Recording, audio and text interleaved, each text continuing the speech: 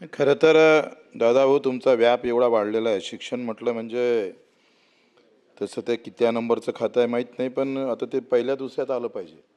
इतकी त्याची व्याप्ती वाढली आहे, एवढं ते महत्त्वाचं आहे. इथं बसणाऱ्याचे सगळ्यांचे मुलं शाळेत आहे, त्यांचे भाचे आहे, नातू आहे, कोण ना कोणीतरी शाळेत आहेच. आणि ते सगळे तुमच्या अखत्यारीत येतं बरं. म्हणजे तुम्हाला अधिक ताकद देण्याची गरज आहे.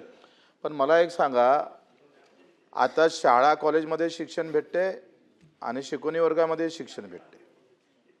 मग दोनपैकी एक ठेवा, एक तर शाळा बंद करा नाही तर शिकवणी चालू ठेवा. दोनही इकडे, म्हणजे इकडे पाणी भेटतं, इकडे बिस्लरीचं पाणी भेटतं.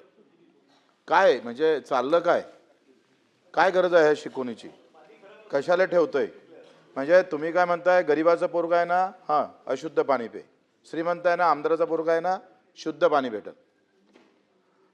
हा जो बाजार सुरू झाला आहे ना देशामध्ये, म्हणजे रामदेव बाबांना मिरची पावडर काढल्याबरोबर गावातल्या बचत गटाचं मिरची पावडर फेल गेलं. डायरेक्ट रामदेव बाबांनाच काढलं. म्हणजे काही बंधनं आपण घातली नाही पाहिजे. जीन्स पण जे काय असेल, तुम्ही फार जवळचे होते जे तुम्हाला माहीत असेल.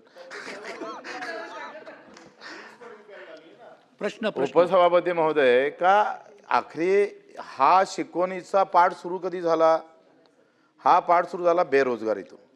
काय झालंय का, बेरोजगारीतून गावात आता मी पाहतोय, मला माहित आहे 10वी-12वीला असताना, दादाभाऊ आपल्यालाही माहित आहे का, ज्याला नोकरी लागली नाही मग त्यानं काय केलं, एक गावात सुरू केलं शिकवणी. बेरोजगार आहे तो, शिकलेला आहे भरपूर, पण शाळा कॉलेजमध्ये ठराविक लोकांच्या असल्यामुळं पैशामुळं काही तो तिकडे नोकरीवर लागत नाही. मग त्या गुणवत्ता आहे पण त्याला नोकरी नाही, असा एक त्याच्यामागचा उद्देश आहे. आणि मग हे सगळं करताना मला वाटतं एक सूचना आहे, हे प्रश्न नाही आहे. पहिला प्रश्न तर हा आहे, आम्हाला तुम्ही द्या का शिकवणीची गरज काय. एक तर शिकवणी सुरू करा, नाही तर कॉलेज सुरू ठेवा, शाळा सुरू ठेवा, दोनपैकी एक काहीतरी ठेवा. एक मॅन में दो तलवार चलती नाही, कोई तो भी एक तलवार रखो. दुसरा गोष्ट असा आहे का, तुम्ही हे सगळं करत असताना आता सगळ्या कंपन्या आल्या.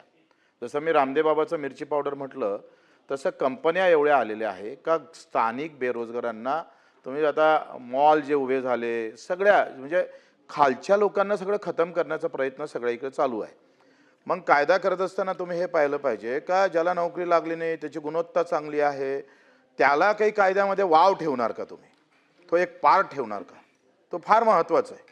दादाभाऊ, आपल्या सगळ्या शेतकरी, शेतमजूर, गरीब कष्टकऱ्यांच्या मुलांना या कायद्यामध्ये कुठेतरी सुरक्षा निर्माण झाली पाहिजे का नाही जाई? तुम्ही सांगा, आज तुम्ही माहीत आहे नोकरी शाळा कॉलेजची किती महाग झालेली आहे.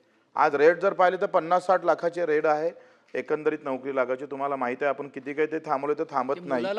आणि म्हणून माझं असं म्हणणं आहे का, जो बेरोजगार त्याला नोकरी लागली नाही, तर त्या अशा उच्च शिक्षित ज्याला गुणवत्ता आहे अशा बेरोजगारांना कायद्यामध्ये काही तरतूद मंत्री महोदय, ते ठेवणार का?